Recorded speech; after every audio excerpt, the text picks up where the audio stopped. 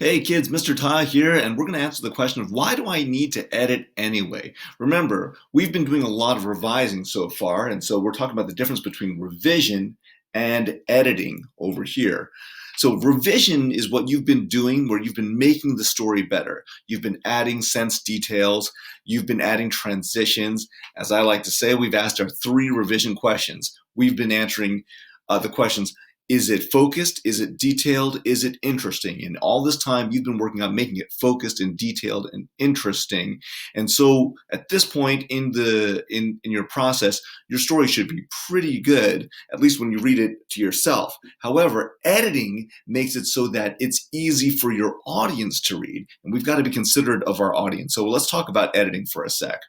So kids ask all the time, can't I just read over my story once? The answer is no. You have to read it over multiple times to edit. Editing is quality control. Take a look at this factory. See, when people make something in a factory, they don't just hand the finished product over to someone to sort of check and look and see if it works, and then they move it on. No, they've got individual people looking for specific things that they know they can recognize as being wrong or right. And when it passes this person, it moves on to the next person, and that person checks for a different mistake. So we have to do the same thing where we have to look at our reading multiple times looking for different types of mistakes. So let's look at some of the most common things we can look at.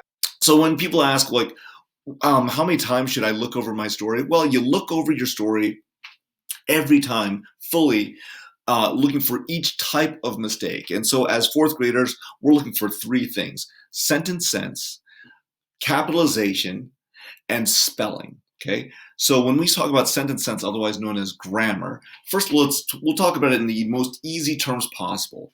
When we look for sentence sense, we're looking to see whether or not each sentence makes sense. So you start reading the story slowly from the beginning, and you read each sentence fully until you reach an ending punctuation mark, like a period or an exclamation point or a question mark. So that's the sentence. And you decide whether or not that sentence sounds right, whether it sounds like it makes sense. And that's what you ask yourself. Does this one make sense? If it does, you move on to the next sentence. You ask yourself that same question. We're going to be going over the course of the next few days, specific things that we're looking for when we talk about sentence sense. So we're just talking about the big picture. First, we look for sentence sense. Then we look for capitalization. Things that should be capitalized are the first word of every sentence. Remember how we looked at everything for sentence sense? Well, we're going to go back and look at the entire story again. Every sentence, make sure that the first word is capitalized. Also, any names of any characters should have that first letter capitalized.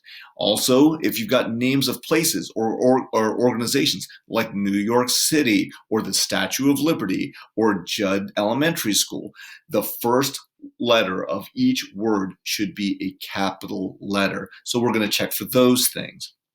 Then when we're done with that, my favorite one of all, checking for spelling. And that's because I want to tell you all about a secret that my friend who worked as an editor for a big publishing house, what she would do in order to check for spelling.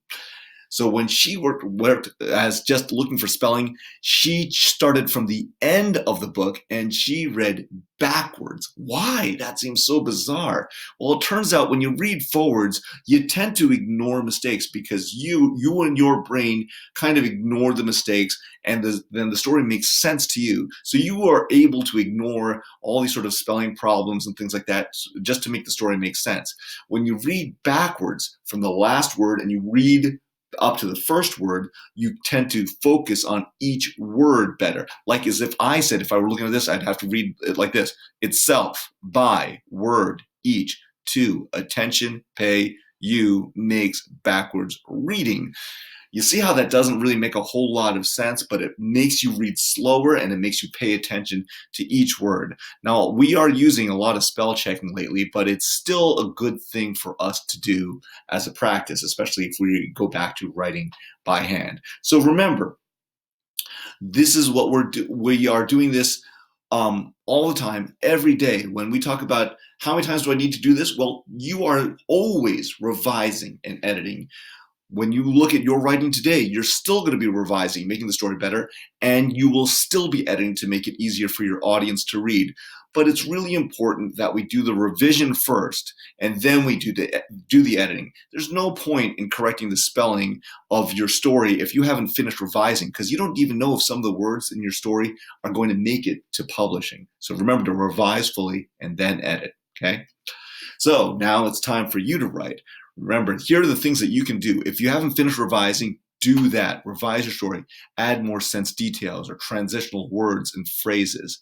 If you haven't done so already try to write another lead or another ending. You should try to give yourself some choices. Don't just stick with that same lead or that same ending. Once you've done those things, you've picked your good lead, your good ending, now you try to edit your story for sentence sense, capitalization, and spelling. If you've done all that and you thought to yourself, well, this story is as good as it can be, it's pretty much the best I can do, well, then write another story. Try something new. Maybe that next one will be even better than your first one. The point is to give yourself choices.